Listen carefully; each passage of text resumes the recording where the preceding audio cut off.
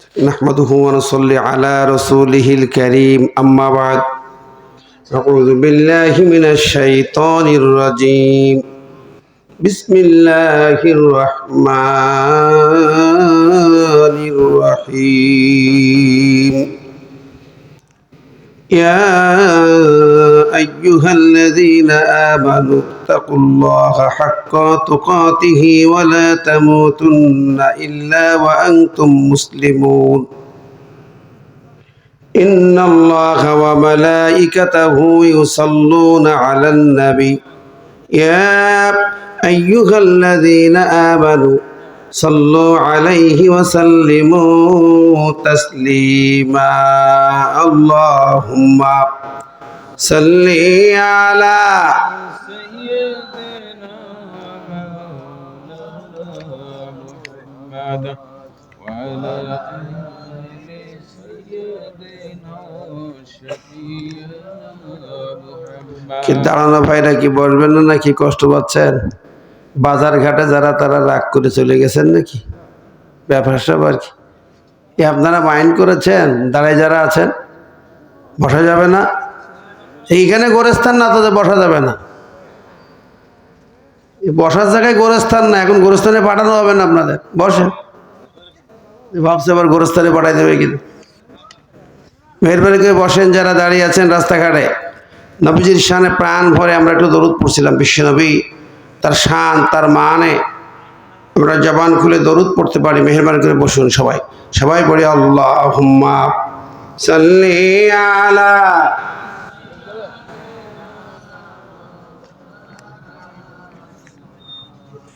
ওয়ালা আলি সাইয়্যিদিনা মাওলানা মুহাম্মদ। আলহামদুলিল্লাহ। অধ্যকার ঐতিহ্যবাহী রাজশাহী মানেশ্বর, এখানে আমি অনুরোধ করি এই জন্য কোরআন হাদিসের সহিহ বুখারীর প্রথম হাদিসটা লক্ষ্য করে দেখেন। আল্লাহ পাকের নবীর হাদিসের এত লক্ষ লক্ষ হাদিস, প্রথম হাদিসটার নিয়তের উপরে কেন, কি কারণ ছিল? ইমাম বুখারী 1 নম্বরে হাদিস আনলেন কেন? বলা হলো ইন্নামাল আমালু বিন্নিয়াত, আপনার নিয়ত যা হবে ফলাফল তাই হবে। আরো বলা হয়, শেষ না, ওয়া ইন্নামা লিকুল্লি ইমরিইম মা নাওয়া, ব্যক্তি যা নিয়ত করবে তাই পাবে। ফামান কানাত হিজরাতু ইলা দুনিয়া ইউসিবুহা, অতএব যদি কারো হিজরত হয় দুনিয়ার উদ্দেশ্যে, জাগতিক উদ্দেশ্যে, তাহলে সে সেই জাগতিক ফায়দা পাবে, সে আল্লাহর খুশি করতে পারবে না, সওয়াব পাবে না, নেকি পাবে না। সম্মানিত হাজির, এই হাদিসটার অনেক মূল্যায়ন, অনেক মূল্যবান। আলহামদুলিল্লাহ, আপনি গোরস্থান আছে এলাকায়, আমাদেরও গ্রাম আছে গোরস্থান আছে। আমরা জীবনে এই মাহফিল করি, গোরস্থান উন্নয়ন কর মাহফিল দিই না, আমরা তাফসীর মাহফিল দিই। আমি নিজে গ্রামে একটা আয়োজন করি, উপজেলা একটা 3 দিন আয়োজন করি, লাখো মানুষের সমাগম হয়। মাদ্রাসা আছে, এতিমখানা সব আছে, সব চল। কিছু কালেকশন করবেন, এক পাকে করবেন, এই কত কালেকশন করছেন, এর দ্বারা কি উন্নয়ন হয় বলেন? তেমন কিছু হয় না। সেজন্য আপনাদের অনুরোধ করলাম, ভবিষ্যতে এই কামটা, এই কাগজ কলমে লিখবেন না, আল্লাহর উদ্দেশ্যে দিন প্রচারের নিয়তে কোরআনের মাহফিল দেবেন। কোরআন কার কালাম? জোরে কন্যা কার কালাম? তাম পৃথিবীর রাজা ধীরাজ, রাজার রাজা, কুল্লাহুম্মা মালিকাল মুলক, রাজার রাজা, তাম জানের রাজা, তার কালাম, রাজকীয় বাণী, সংবিধান, মানব জাতির হিদায়াতনামা, সেই কোরআন আলোচনা হবে। এটা নবীর জীবন্ত মুজিজা। আল্লাহ পাক আমাদের বুঝার তৌফিক দিকে, আমিন। আজকের মাহফিলের প্রধান অতিথি, সভাপতি আমাদের প্রিয় ভাই জনাব আব্দুল মান্নান সাহেব, প্রধান অতিথি সাবেক ইমাম খতিব জনাব মুহতারাম মনিরউদ্দিন সাহেব, বিশেষ অতিথির আসন অলঙ্কৃত করে বসে আছেন মানুষের ইউনিয়ন পরিষদের চেয়ারম্যান, বিপ্লবী চেয়ারম্যান জনাব আব্দুর রাজ্জাক দুলাল ভাই, আরও আছেন জনাব আমিনুল হক মিন্টু ভাই সহ সকল অতিথিবৃন্দ। বক্তব্য রেখেছেন আমার ছোট্ট ভাই প্রিয় মুফাসসির মাওলানা আব্দুল আলিম যুক্তিবাদী, বক্তব্য রেখেছে হাফেজ মাওলানা রবিউল ইসলাম সাহেব সহ সকল উলামায়ে দ্বীন, মঞ্চে বসা রাজশাহীর প্রখ্যাত ইসলামী চিন্তাবিদ, কোরআন রিসার্চ ফাউন্ডেশনের পরিচালক জনাব মাওলানা ডক্টর গোলাম মোর্শেদ সহ ওলামায়ে দ্বীন, অতিথিবৃন্দ, মুরব্বিয়ান ইকরাম, যুবক ভাইরা, ছোট্ট কচিকা যারা পর্দায় থাকা মা বোনেরা, সবাইকে জানাই আন্তরিক সালাম ও শুভেচ্ছা। আসসালামু আলাইকুম ওয়া রাহমাতুল্লাহি ওয়া বারাকাতুহু। কোটি কোটি প্রশংসা মালিকের, যিনি আমাদেরকে এখনই এই মুহূর্তে কোরআন শোনার জন্য বসিয়ে রেখেছেন। সে মাহবুদের দরবারে কালিমাত শুকর আদায় করি, বলি আলহামদুলিল্লাহ। বিশ্বনবীর শানে তার রওজা মোবারকে দরুদ এবং সালাম পাঠাই, জবান খুলে বলি সাল্লাল্লাহু আলাইহি ওয়াসাল্লাম। আত্মার মাগফিরাত কামনা করি সেই সকল বীর মর্দে মুজাহিদদের, যাদের আত্মত্যাগ, প্রাণ উৎসর্গ, রক্তদান এই জাতিকে একটা জুলুমের হাত থেকে মুক্তি দিয়েছে। 16 বছরের স্বৈর শাসন থেকে মুক্ত করেছে। সোনার ছেলেরা শহীদ আবু সাইদ থেকে সকল শহীদদের আত্মার মাগফিরাত কামনা করি, বলি আল্লাহুম্মা আমিন। সম্মানিত হাজিরিন, আপনারা অনেক আলোচনা শুনেছেন। যেহেতু তাফসীর কোরআন মাহফিল, কোরআনের কথা হবে। কোরআন আল্লাহর কালাম। কার কালাম? জোরে বলি কার কালাম? আরো জোরে বলি কার কালাম? দেখুন, আমাদের কোরআন আছে ঘরে ঘরে। মূল সমস্যা কোন জায়গায় আমরা চিহ্নিত করতে পারি নাই। আসল সমস্যা কোথায়, জাতির মূল চেতনা কোথায় আসা দরকার ছিল, আমরা সেটা খেয়াল করি নাই। একটা জিনিস দেখেন, কোরআন কারিমে আছে 6666টি আয়াত। আমরা তেলাওয়াত করি, নামাজে পড়ি, সাবিনা খাতম পড়ি, দোয়া করি, তাবিজ পড়ি, ঝাড়ফুঁক দেই, এই কামগুলো করি। কিন্তু এর আইনি কিতাব, এই আইন নীতিমালা নিয়ে আমার জীবন সাজাতে হবে, সেটা ভাবি না। আমরা যখন ওয়াজ করি, আকিমুস সালাত বলি, তখন সবাই আলহামদুলিল্লাহ নামাজ কায়েমের কথা হুজুর বলছে, ভালো কথা। যদি আকিমুদ্দিন বলি, দিন কায়েম করো, আকিমুস সালাতও যার, আকিমুদ্দিনও তারই কথা, নাকি ভাই? আকিমুস সালাত কার? আল্লাহ। আকিমুদ্দিন কার? আল্লাহ। আল্লাহ পাকের কথা। একই কথা, আকিমুস সালাত, সালাত কায়েম করো, আকিমুদ্দিন, দিন কায়েম করো। দিন কি জিনিস? দিনটা কি জানি না। যখনই বলে হুজুর দিন মানে জীবন ব্যবস্থা, আইনি ব্যবস্থা, রাষ্ট্রীয় ব্যবস্থা, তাহলে রাষ্ট্রীয় ব্যবস্থা মানে আল্লাহর আইন প্রতিষ্ঠা করো, তখন হুজুর কিছু কিছু হয়তো হুজুর একটু রাজনীতি হয়ে গেল। কি কথা বলেন? তা রাজনীতি হয়ে যায়। রমজান আসছে, কুতিবা আলাইকুমুস সিয়াম, রোজা ফরজ করা হয়েছে। সূরা বাকারার 183 নম্বরে, সূরা বাকারার 216 নম্বরে বলা হলো কুতিবা আলাইকুমুল কিতাল।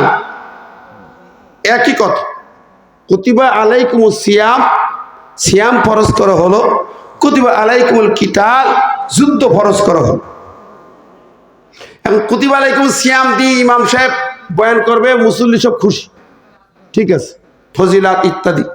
যেই বলবে কুতিবা আলাইকুমুল কিতাল, যুদ্ধ ফরজ করা হয়েছে, তখন কিন্তু চোখ চাওয়াচাওয়ি শুরু হবে। কিছু লোকের মাথা নষ্ট হবে, ঠিক না ভাই? ঠিক কথা বলেন। এই যে কয়েকদিন আগে একটা মসজিদে দেখলাম এক ইমাম সাহেব, খতিব সাহেব, যেই কথা বলতে জিহাদের কথা, সংবিধান সংস্কারের কথা, কয়েক মুসল্লি খেপে গেছে। হুজুর মসজিদে এইসব রাজনীতি কথা কেন বলেন? মুসল্লি খেপে গেছে, রাজনীতি কেন হচ্ছে? আহারে, কোরআনের তারিখ একটা বলা যাচ্ছে, একটা বলা যাবে। কি কথা বলেন, ঠিক না?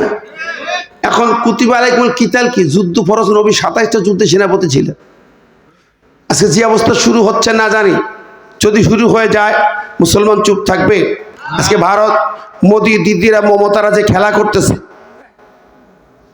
আমার দেশটাকে লুটিপুটি খাইছে সারা জিন্দিগি, সারা জিন্দিগি। স্বাধীনতা যুদ্ধে সহযোগিতা করে দেশকে কিনে নিয়েছিল 7 দফা চুক্তি করে, ঠিক না ঠিক?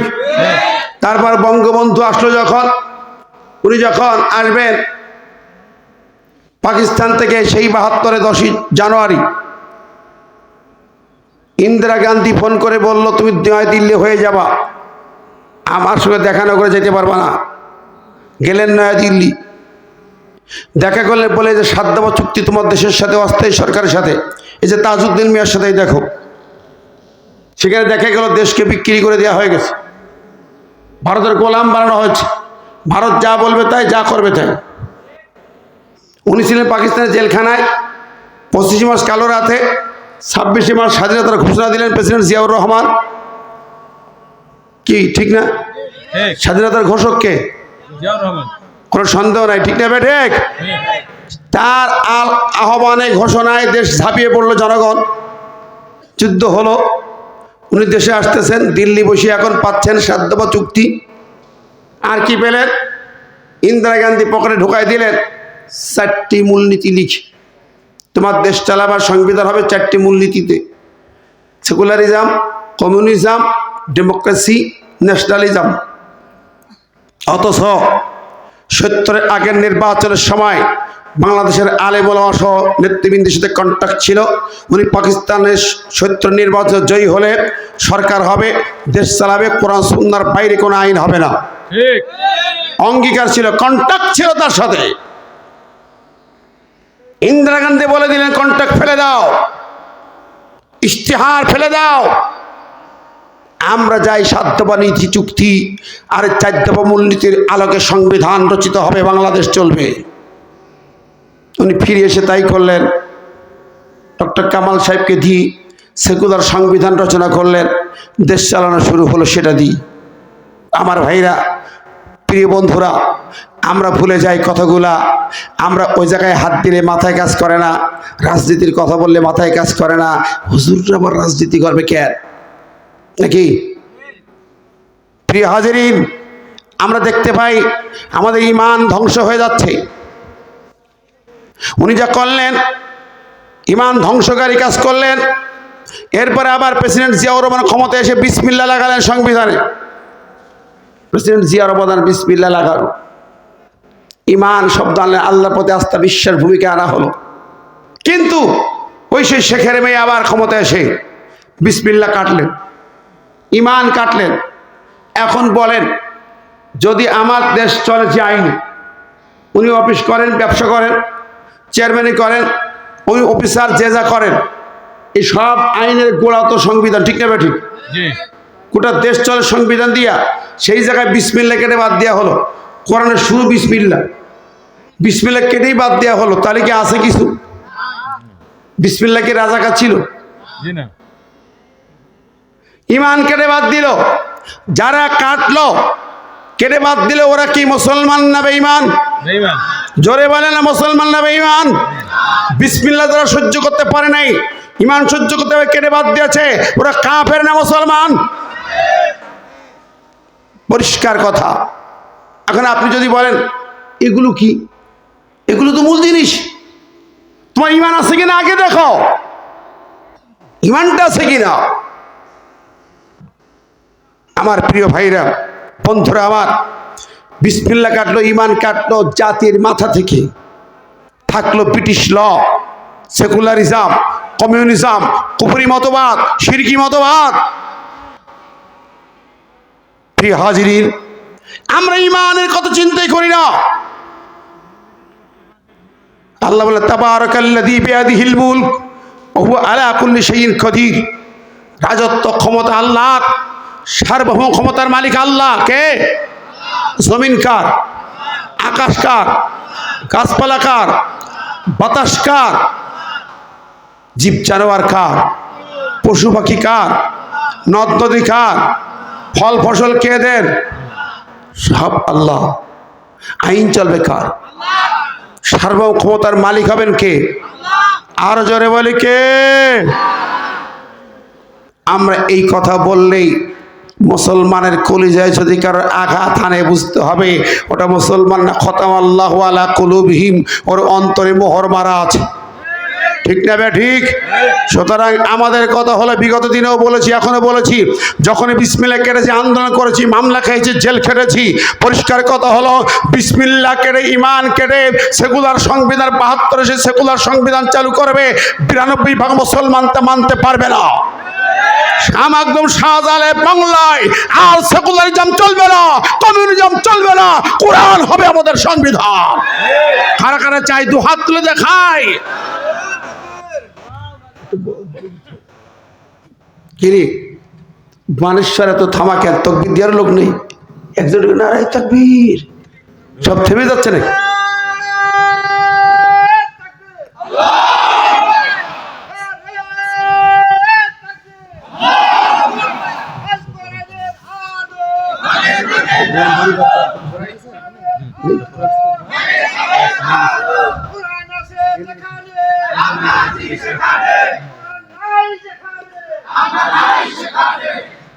আমার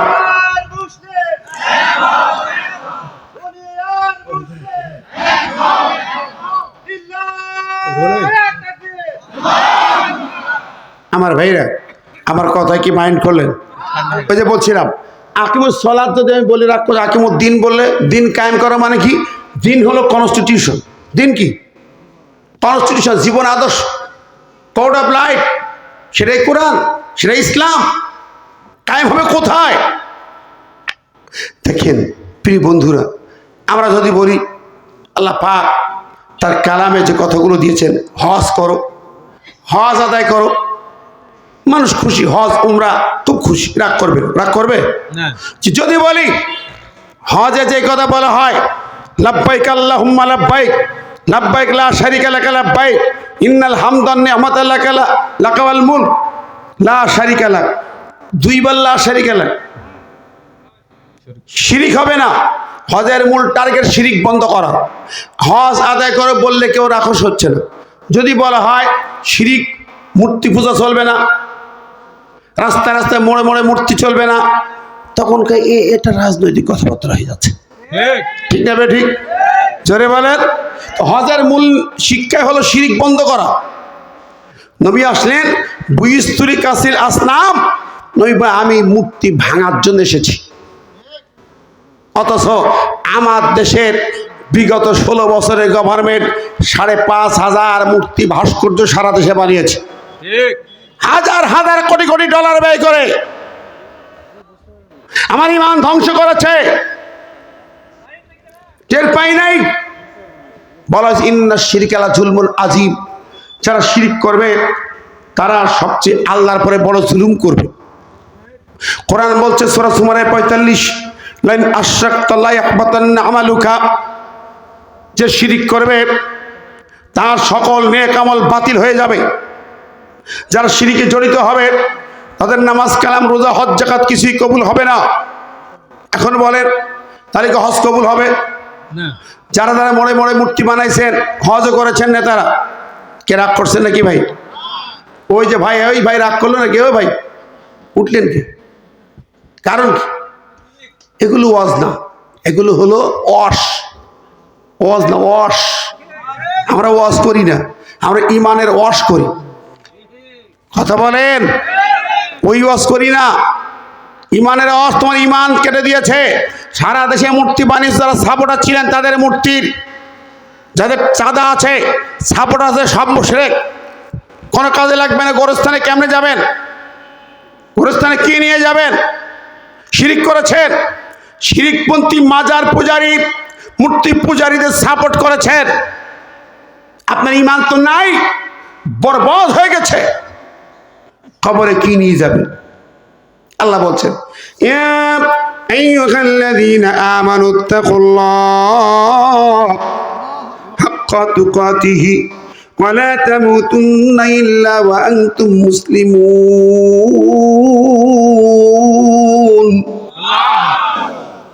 আল্লাহ বলছেন হে ঈমানদারেরা, আল্লাহকে ভয় করো যেমনটি ভয় করা উচিত। আর মুসলমান না হয়ে মরো না, মুসলমান না হয়ে গোরস্থানে যাইও না। আমার সভাপতি সাহেব বলে গোরস্থানের ওয়াজ হয় না। আরে গত 7 বছর আগে একটা মাহফিল আমারে দিয়েছে, কবরের ওয়াজ হবে, সাবজেক্ট দিয়েছে কবরের ওয়াজ। সভাপতি ভাইরা একই কথা কইছে। আমি বললাম সভাপতি সাহেব, আল্লাহ কয় মুসলমান না হয়ে মরো না। এখন আপনি তো কবরে যাবেন, আগে মুসলমান হবেন। মুসলমান কেমনে হয়, তারপরে কবরে যান। আর যদি ডাইরেক্ট কবরে যান, তাও কবরের বয়ান যদি করি, বললাম শোনো, কবরে যাওয়ার আগে তো মৌত হবে, ঠিক নেবে ঠিক, আগে মারা যাবে সভাপতি, তার বন্য কবরে যাবে। উনি মারা গেলেন, মারা যাওয়ার পরে আমরা প্রথম কাজটা করি, তাকে গোসল দেই, ঠিক নেবে ঠিক, গোসল দেবেন। গোসল দেওয়ার সময় দেখবেন যারা গোসল দেয়, প্রথমত তাকে নাপাকি পরিষ্কার করে, পিসাব পায়খানা পরিষ্কার করে, কুলুপ করায়, পিসাব পায়খানা পেটে চাপ দেয়, যা বের হয়ে যায় কুলুপ করায়, তারপরে পরিষ্কার করে ধুইয়ে দেয়। এখন বলুন, যেই লোকটি জীবনে পিসাব ফিরি পানি নেয় নাই, রাস্তায় দাঁড়ায় দাঁড়ায় ছাড়ে, যেখানে খুশি ছাড়ে, যে লোকটি পিসাব পায়খানা টয়লেটের নিয়ম কানুন জানে না, মানে না, পবিত্র হয় নাই, আজকে মরার পরে তাকে কুলুপ করায় লাভ কি?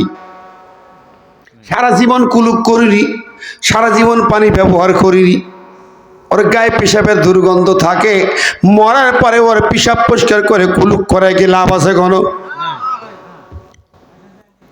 আমার ভাইরা, মন খারাপ যেন করেন না, একটা একটা করে একটু কইয়া যায়।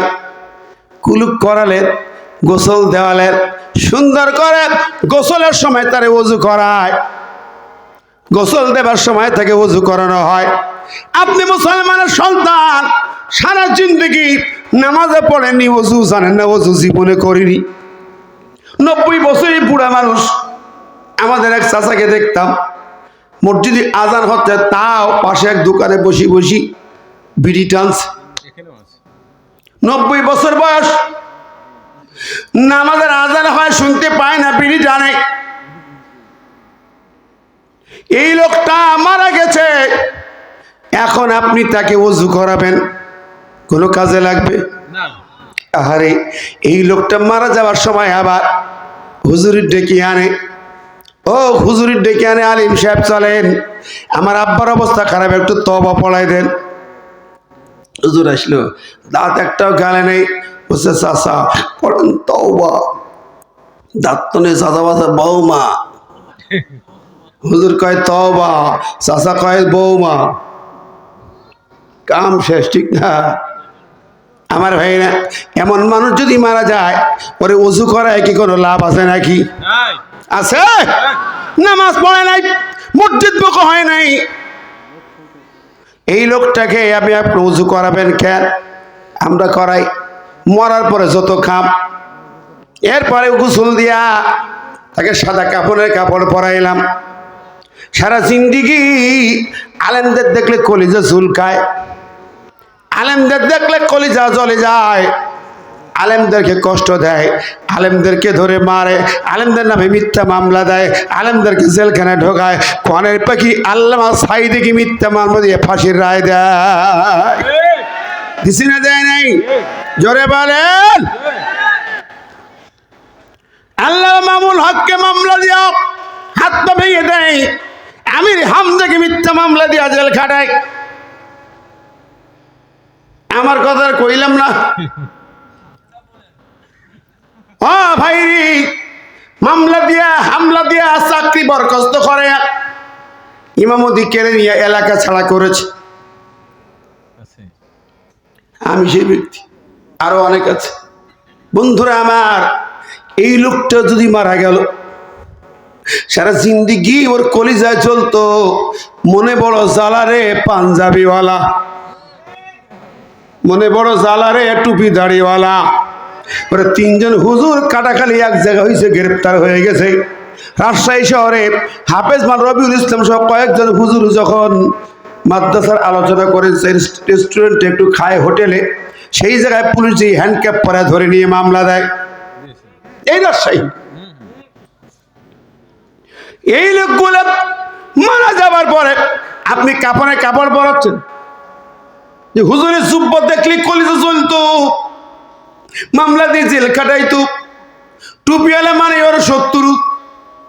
আরে এখন সেই হুজুরির পোশাক সাদা বড় জুব্বা পরাইয়া কবর দিচ্ছে। ওর জুব্বা পরায় লাভ আছে নাকি? না জোরে খান হ্যাঁ। বরং ওর প্যান্ট শার্ট যা আছে ওই পরি উব্দ করে পুঁতি দেন। ঠিক কথা বলেন। ঠিক কোরআনের দুশ্মন, আলেমদের দুশ্মন। আমার ভাই রে, আল্লাহ রাব্বুল আলামিন নবী বলেছেন, আলেমরা যখন রাস্তা দিয়ে চলে এই গাছপালা তরুলতা তাদের জন্য দোয়া করে। যে রাস্তা দিয়ে যায় ওই মাটি তাদের জন্য দোয়া করে। সুবহানাল্লাহ যেই পথ দিয়ে যায় ফেরেশতা তাদের ডানা বিছায়া দেয়, ডানা বিছায়া দেয় ফেরেশতা। আল্লাহ নেওয়াল হিতান ফিল্মা, এমনকি যখন নদীতে চলে, সাগরে চলে, ওই নদী সাগরের মাছগুলা তাদের জন্য দোয়া করে। আসি আলেমরা ছিল এই জাতির সবচেয়ে শত্রু, সবচেয়ে দুশ্মন, সবচেয়ে অপরাধী। যত মামলা আগে হুজুর। কথা বলেন ঠিক কেন, কোন কারণে? এই কোরআনের বাণী তারা দেয়, আওয়াজ দেয়, কোরআন থেকে কথা বলে, কোরআনের রাজ কায়েমের কথা বলে, ইসলাম প্রতিষ্ঠার কথা বলে। এইটাই হলো ওদের কলিজা চলার কারণ। আবু জেহেলদের কলিজা জ্বলতো, ওরা বলেছে وقال الذين كفروا لا تسمعوا لهذا القرآن والغوا فيه لعلكم تغلبون।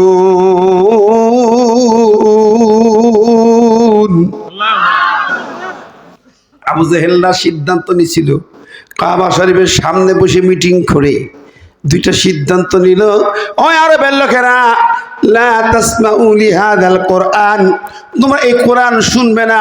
লা তাসমাউ, লা তাসমাউ না ইসিকা মানে 144 জারি করা। কোরআন শোনার বিরুদ্ধে, মাহফিলের বিরুদ্ধে 144। অলগাও ফিহি, যেখানে এই মাহফিল হবে ভেঙে চুরি দাও, মঞ্চ ভেঙে দাও। আপনাদের পুঠিয়া এই দুর্গাপুর চারঘাট পাকা এলাকায় দীর্ঘ 10 বছর আমাকে মাহফিল করতে দেয়নি। ঠিক এই এলাকার একজন আবু জেহেলের নাতি ছিল, ছিল ছিল কি ছিল না? ছিল এই এলাকা আপনাদের নেতা ছিল নাতি, আবু জেহেলের নাতি, টাটকা নাতি। ঠিক না বে ঠিক? ঠিক কোরআনের মাহফিলে বাধা দিত, জি বন্ধ করতে দিত না। আহা কই এখন আছে। কোরআনের মাহফিলে বাধা দিলাম, সাইদিকে ফাঁসির রায় দিল, আজহারিকে দেশ থেকে বিদায় দিল, আমির হামজাকে জেলে ঢুকাই দিল, আমাদেরকে এলাকা ছাড়া জেলে ঢুকাই দিল। আলেমদের বিরুদ্ধে যা করেছ আল্লাহর আরশ পর্যন্ত কেঁপে গেছে। এই জমিনই তোমাদের পতনের ঘন্টা বেজে গেছে। ঠিক না বে ঠিক?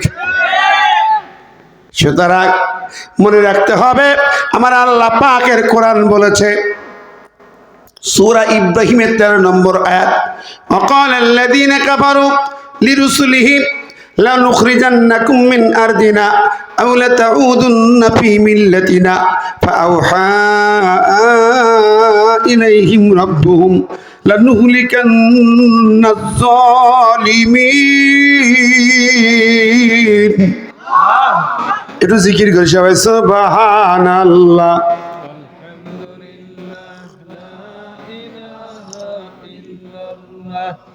সুবহানাল্লাহ আলহামদুলিল্লাহ লা ইলাহা ইল্লাল্লাহ সুবহানাল্লাহ লা ইলাহা ইল্লাল্লাহ সুবহানাল্লাহ লা ইলাহা ইল্লাল্লাহ। আমার ভাই ও বন্ধুরা, তো দেখেন আল্লাহ বলতেছেন, শোনো, যুগে যুগে কাফেররা বলে আমরা লা নুখরিজান্নাকুম মিন আরদিনা, আমাদের জমিন থেকে তোমাদেরকে বহিষ্কার করে দেব যদি তোমরা এই কথা বন্ধ না করো। মূর্তি পূজা চলবে না, বাপদাদার আইন চলবে না, মানুষের মন গড়া আইন চলবে না। এগুলো বন্ধ না করো তাহলে তোমাদেরকে বের করে দেব, দেশ থেকে তাড়ায় দেব, অথবা তোমাদেরকে আমাদের হয়ে, আমাদের দলের হয়ে, আমাদের আদর্শের গোলাম হয়ে বাস করতে হবে। আল্লাহ বলতেছেন শোনো, ফাআওহা ইলাইহিম রাব্বুহুম, তোমাদের রব ওহী করে জানিয়ে দিচ্ছেন, চিন্তা করো না, টেনশন করো না, লানুহলিকান্না যালিমিন, আমি আল্লাহ অবশ্যই অবশ্যই ওই জালেমদেরকে ধ্বংস করেই ছাড়বো। আমার বন্ধুরা, আমি বলতেছিলাম কথা খেয়াল আছে কি নাই, রাগ করছেন নাকি? তাহলে ওই যে মরার সময় তওবা পড়ায়, সাদা কাপড়ে কাপড় পরায়া জুব্বা পরায় আমরা নিয়ে যাই নামাজের জামাতে, ঠিক না বেঠিক? আমি গোরস্থান পর্যন্ত যাব, একদম নামাজ যখন কইছি, আমার ভাইরা রাগ করছিস বাপ, উঠিস নে বই।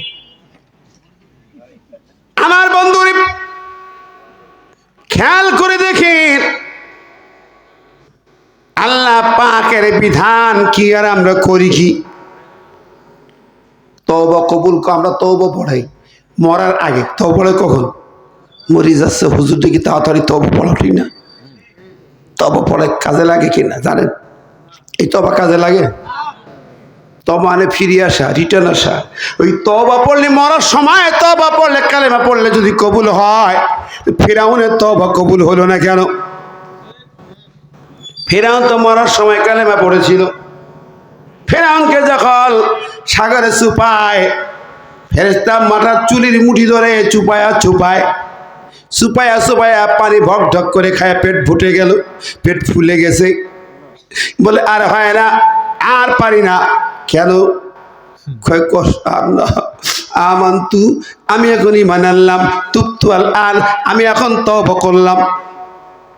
আল্লাহর ফেরেশতা কয় না, এখন আর তওবা কবুল হবে না। তওবা কবুল কি? তওবা কি? ঈমান আনিস? কয় কামা আমানাত বিহি বনু ইসরাঈল, বনু ইসরাঈল যে ঈমান আনছে সেই ঈমান আনলাম, তাও হবে না। ফেরেশতা জিবরিল তার পকেটে থেকে একটা চিরকুট বের করে ফেরাউনের সামনে ধরল, এই দেখ পড়তো দেখি। চোখে ধুলোবালি কাদা পড়তে পারে না, চোখটা ভালো করে ওয়াশ করে দিল ফেরেশতা জিবরিল। এবার পর তাকায় দেখে যা কিছু লেখা, হাতের লেখা মনে হয় আমার নিজের। তো আমার লেখা চমকে উঠেছে, তো আমার লেখা, আমার লেখা তোমার কাছে, তুমি কে? জিব্রাইলকে কি দেখা যায়? দেখতে পাবে না। তুমি কে?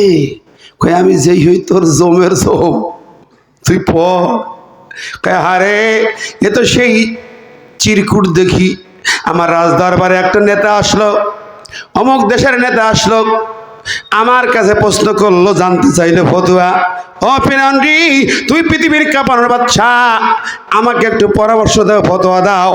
আমার দেশের একজন লিডার আমার অধীনে, সেই লোকটাকে আমি জন্মের পর থেকে খাওয়াইলাম, পড়াইলাম, বড় করলাম, খাওয়াইয়া দাওয়াইয়া বড় করলাম, ওকে আঞ্চলিক নেতা বানাই দিলাম, এমপি বানাই দিলাম।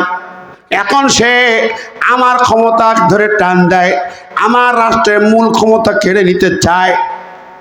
তাই হ্যাঁ, এখন আমি কি করব বলুন? আমাকে একটু ফতোয়া দাও, পরামর্শ দাও। ফেরাউনকে গাদ্দারে গাদ্দার, বিশ্বাসঘাতক বেঈমান, জন্মের পর তুই খাওয়াইলা, পড়াইলা, মানুষ করলে, বড় করলে না, নেতা বানাই দিলে, এখন তোমার ক্ষমতা ধরে টান দেয়। ফেরাউন বলছে ক্ষমা নাই, ওকে ধরে নিয়ে যাও, সাগরের মাঝখানে নিয়ে চুপায়া চুপায়া মারো। ওরে বাবা, ঠিক আছে, তাই হবে।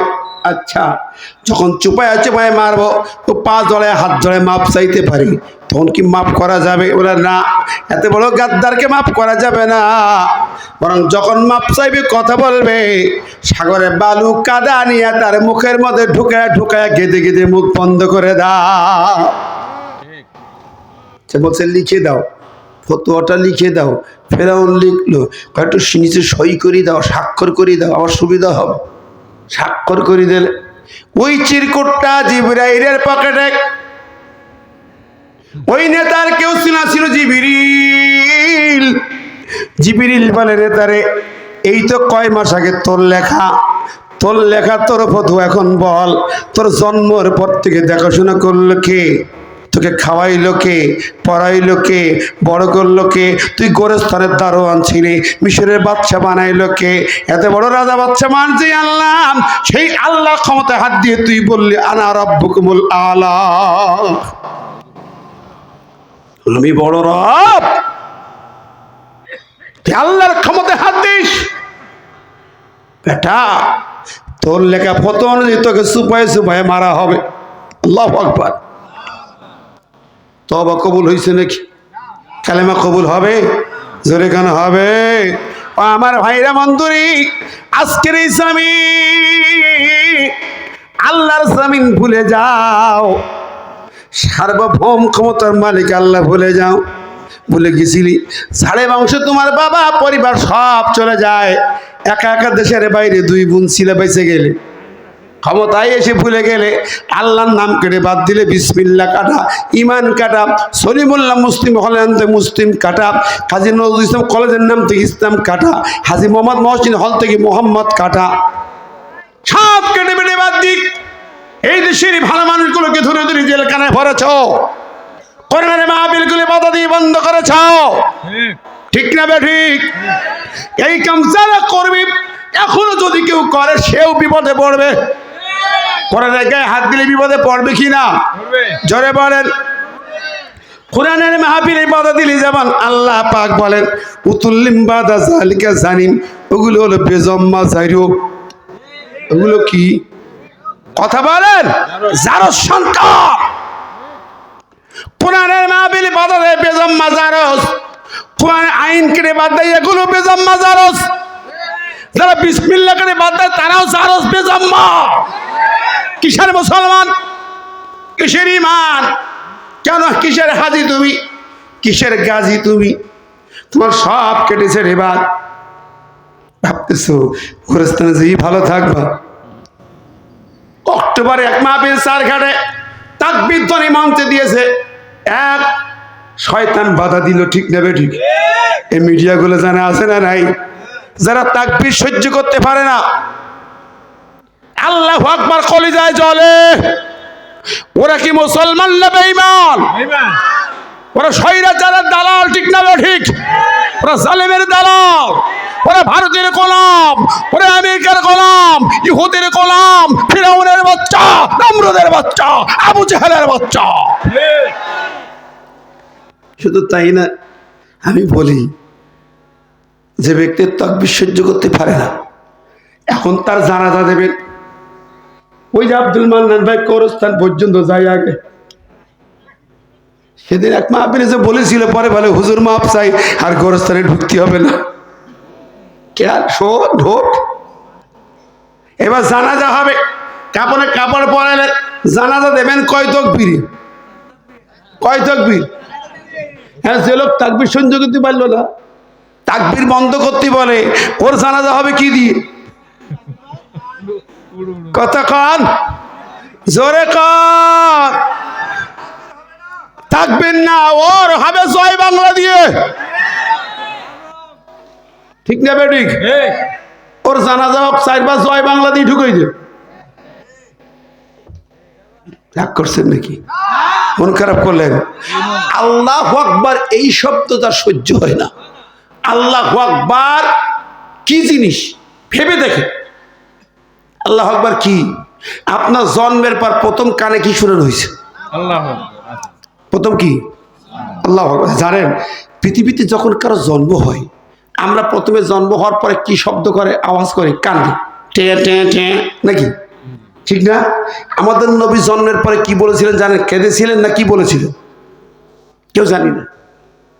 আমার নবীর জন্মের পর মা আমেনার ঘরে নবীজি এলেন, মা আমেনার ঘর পূর্ণিমার চাঁদের মতো আলোকিত হয়ে গেল। সুবহানাল্লাহ।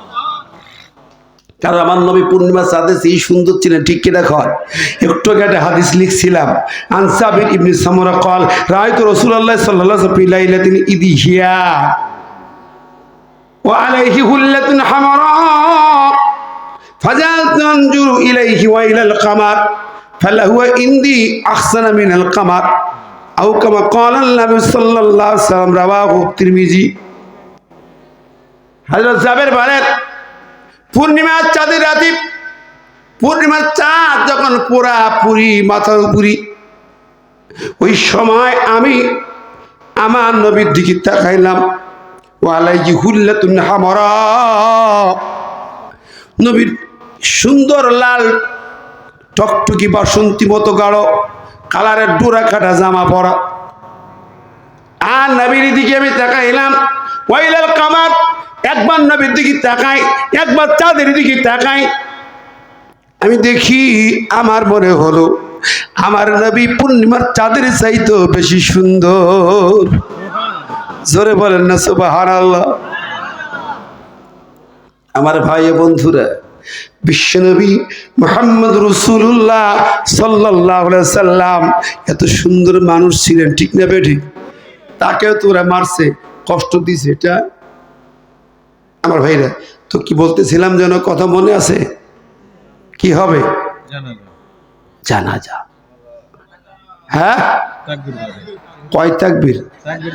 আরো জোরে। নবীজি জন্মের সময় কি বলেছিলেন? খেলা যেটা খেললেন, মা মেনার করে পূর্ণিমার চাঁদের মধ্যে একটা চাঁদ নেমে এসেছে। কে এলো রে মুরু আরবে, আমেনা মায়ের কোলে চাঁদ দোলে রে। চাঁদ তোলে, চাঁদের মতো ঘর চিকচিক করে। অবাক হলো আমার নবী, জমিনের পরে নবী, বিশ্ব নবী কেমন হালাতে দেখেন, হাত দুই করে মাটিতে, পা মাটিতে, তিনি আকাশের দিকে মাথা উঁচু করেছেন। কান্নার শব্দ নবীদের নাই, কান্নার আওয়াজ আমার নবীদের নাই। একটা আওয়াজ, একটা শব্দ দিলেন, ওই শব্দটা হাদিসের পাতা আসছে, দুনিয়ার অন্য শব্দ নাই। আল্লাহ নবী বলেন আল্লাহু আকবার। বিশ্ব নবী জন্মের পরে আল্লাহু আকবার নিজেই বলেছে, নিজেই বলেন, নিজের কানে আল্লাহু আকবার নিজে শোনাইছেন। আল্লাহু আকবার, আল্লাহু আকবার মানে কি জানি না। আল্লাহকে ওয়া রাব্বাকা ফাকাব্বির, তোমার রবের তাকবীর বলো। আমরা তাকবীর বলি, লোকজন রাজনীতির গন্ধ শোকে, গন্ধ লাগে রাজনীতি, তাকবীর বললে, ঠিক না বে ঠিক? কলিজার সহ্য হয় না, এই তাকবীর ভালো লাগে না। আমার বন্ধু ভাইরা আমার, আল্লাহু আকবার দিয়ে আজান শুরু, তাও 4 বার। আল্লাহু আকবার দিয়ে নামাজ শুরু, কতবার তাকবীর বলা লাগে। আবার যখন আপনি কবরে যাবেন, ওই তাকবীর দিয়েই জানাজা হবে। এই তাকবীর হাকিকতটা বুঝি না। এর মানে হলো তাকবীর মানে বড়ত্ব, বড়, সার্বভৌম। আল্লাহু আকবার, আল্লাহ মহান, সার্বভৌম ক্ষমতার মালিক আমার আল্লাহ, ঠিক না বে ঠিক? এই ঘোষণা আজানে দিই, নামাজে দিই, কিন্তু রাষ্ট্রে আমরা দেই না। রাষ্ট্রের বেলায় বলি এইটা রাজনীতির ব্যাপার আলাদা। হ্যাঁ, আরে আবু জাহেল বলে, মুহাম্মদের তোমার সঙ্গে কোনো দ্বন্দ্ব নাই, তুমি কাবা শরীফ চালাও, আজান দাও, নামাজ পড়ো, কোরআন পড়ো, তপ করো, হজ করো। রাজনীতিটা আমরা করি, ঝামেলা করো না। আল্লাহ নবী মানছিলেন নাকি? আমরা হুজুররা মেরে যা খাই, আমরা সব দলের লোক মোট দিয়ে আসি, হুজুর রাজনীতিটা করেন না। সব দলের লোক তাফসীর শুনতে আসি, ও হুজুর তুমি কেন রাজনীতি করবা? কয় না, তোমার আনছি তুমি ওয়াজ করো, তুমি রাজনীতি করবা কেন? কে হুজুর কি গজ জামাই? হুজুর কি গজ জামাই? কথা কয় না কে? কোরআন হলো রাজনীতির দর্শন, আল্লাহ হলো আমার আল্লাহু আকবার। আল্লাহ হলো সব রাজার রাজা, রাজা ধীরাজ, রাজ্য তার, রাজত্ব তার, ক্ষমতা তার, পাওয়ার তার, তার রাজনীতি হবে। কলিজা চলে কেন? আরে বাবা, কয় আজান নাম আজান, রাজনীতি করতে হয়েছে। আরে বাবা, নাম ভাঙছে এখন। মিয়া পিছন ফিরে তাকাও, আল্লাহর জমিনে আল্লাহর রাজত্বের কথা হবে, ঠিক না? ঠিক, রাজনীতি হবে। তুমি রাজনীতি করো, দুনিয়ার মানুষের পিছনে রাজনীতি করো, আমি রাজনীতি করি আমার নবীর রাজনীতি করি, ঠিক না ঠিক? তুমি মানুষের গোলামি প্রতিষ্ঠার জন্য সার্বভৌম ক্ষমতা মালিক আল্লাহকে মানো না, ক্ষমতা মালিক জনগণকে মানো, শিরকি কাজ করো। আর আমি সার্বভৌম ক্ষমতা মালিক আল্লাহর রাজত্বে আল্লাহর সার্বভৌম ক্ষমতার কথা বলি। তোমার দর্শন সেকুলারিজম, তোমার দর্শন কমিউনিজম, আর আমার দর্শন হলো কোরআন, ঠিক না ঠিক? তুমি রাজনীতি করো ফায়দা পাও, আমি রাজনীতি করি পকেটে পয়সা ব্যয় করি, ঠিক না ঠিক? আশ্চর্য হয়ে যা, কথা বলে রাজনীতি করা যাবে কি জিনিস? আল্লাহু আকবার কার কয়? তোমার নামাজ কবুল হবে না, নামাজে বলবে আল্লাহু আকবার, আর বাইরে যে স্লোগান দেবে অন্য নেতার নামে, তোমার নামাজ হবে না। নামাজে দাঁড়িয়ে বলছি ইন্নী ওয়াজ্জাহতু ওয়াজহিয়া লিল্লাযী ফাতারাস সামাওয়াতি ওয়াল আরদা হানিফা ওয়া মা আনা মিনাল মুশরিকিন। আমি এক আল্লাহর দিকে মুখ ঘুরাইলাম। রাজপথে যে তুমি আরেক নেতার পিছনে ছুটে যাও, আল্লাহর আদর্শ ভুলে যাও, আল্লাহর সার্বভৌম ক্ষমতা ভুলে যাও, অবাক হয়ে যায়। সংবিধান সংস্কার হবে রাষ্ট্রে, আমরা হুজুরা বলেছি সংবিধান সংস্কার হবে, আলেমদেরকে রাখতে হবে, কোরআনের আলোকে সংবিধান সংস্কার হবে। এই সংবিধান সেকুলারিজম সংবিধান চলবে না, ঠিক। কুপুরির সংবিধান চলবে না, ঠিক না ঠিক? ৭২ কুপুরির সংবিধান আমার দেশে চলবে না। ৯৯ মুসলমানের জমিন, ৪ লক্ষ মসজিদের জমিন, হাজার হাজার ওলিয়া উলিয়ার জমিন, শাহ মাকদুমের জমিন থেকে, শাহজালালের জমিন থেকে, খানজাহানের জমিন, বাইজিদ বুস্তামির জমিনে মানুষের গোলামি থাকবে না, সেকুলারিজম থাকবে না। কুপুরের দাঁত ভেঙে বঙ্গোপসাগরে ফেলে দিতে চায়।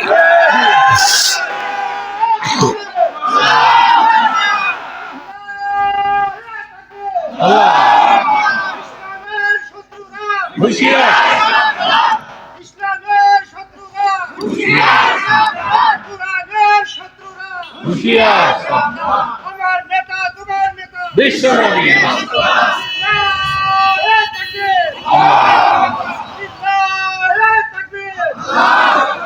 ও আমার বন্ধুরা, মনে রাখবেন, যদি রাজ শক্তিতে সেকুলারিজম থাকে, কমিউনিজম থাকে, আর আপনি তাকে সাপোর্ট করেন, আপনার আজান, আপনার নামাজ, আপনার তাকবীর, আপনার দোয়া, আপনার ইফতার, আপনার দান, আপনার সাদাকা, আপনার মসজিদ, আপনার জিমখানা, আপনার হজ, আপনার উমরা একটাও কবুল হবে না। লিখে রেখে দেন, লিখে রেখে দেন। কোরআন বলছে সূরা আলে ইমরান 85 নম্বরে। কি রাগ করলেন যে একজন ভাই উঠে গেলেন কেন? কি মন খারাপ করে নাকি? ও ভাই, ওই জায়গার থেকে এই পর্যন্ত সব একটা সুতোয় কথা, ঠিক না ঠিক? আবার মাথা এত সুন্দর দেহটা, যদি মাথার একটা তার ছিঁড়ে যায়, এ দেহের কোনো দাম আছে? হেড নাট যদি নড়িয়ে যায় পাগল, দেহের দাম নাই। সংবিধান যদি সেকুলারিজম হয়, তোমার এখানে ইসলাম ইসলামের কোনো মূল্য নাই, মসজিদ ইসলামের মূল্য নাই। আল্লাহ নবী যতদিন পর্যন্ত মানুষের তৈরি আইন মক্কা ছেড়ে দিয়েছেন, দেশ ছেড়ে চলে গেছেন মদিনায়, জি ইসলামিক স্টেট তৈরি না করা পর্যন্ত নামাজের জামাত হয় নাই, জুমার নামাজ হয় নাই। প্রথম জুমা মদিনায়, মক্কায় হয় নাই। কেন হয় নাই? আল্লাহর সার্বভৌমত্ব কায়েম হয় নাই, ঠিক না ঠিক? আল্লাহর সার্বভৌমত্ব নাই ৯২ মুসলমানের দেশে। আর আমরা হুজুরা যারা এই কথাগুলো বলি, মুসলমানদের মাথায় ঢোকেই না, ঢোকেই না। করে বলে এইসব রাজনীতি। হ্যাঁ বেটা, রাজনীতি কি জিনিস? রাজনীতি আর কোরআন কি আলাদা? কোরআন কার? রাজত্ব কার? তোমার নবী রাষ্ট্রনায়ক ছিল, এটা সুন্নত না? মিসাক করা সুন্নত বোঝো, খাওয়ার পরে মিষ্টি খাওয়া সুন্নত বোঝো, রাজনীতি করা সুন্নতটা বোঝে না? নবী ২৭টা যুদ্ধের সেনাপতি, ওটা সুন্নত না? এ বললি তো এইসব রাজনীতি। নবীর বিরুদ্ধে কথা বলে না। নবী রাষ্ট্রনায়ক, নবীকে রাষ্ট্রনায়ক না মানলে আল্লাহ কয় তার ঈমান নাই। নাই ফালা ওয়া রাব্বিকা লা ইউমিনুনা হাত্তা ইউহাক্কিমুকা ফীমা শাজারা বাইনাহুম।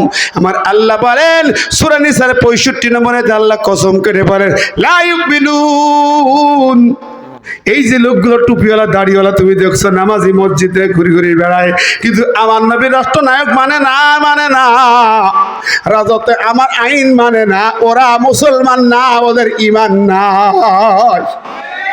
আল্লাহ নিজে কয় ওদের ইমান নাই। এখন বুঝে দেখেন ইমান কি জিনিস। ইমান ঠিক না থাকলে কোনো আমলের দাম নাই, ঠিক না?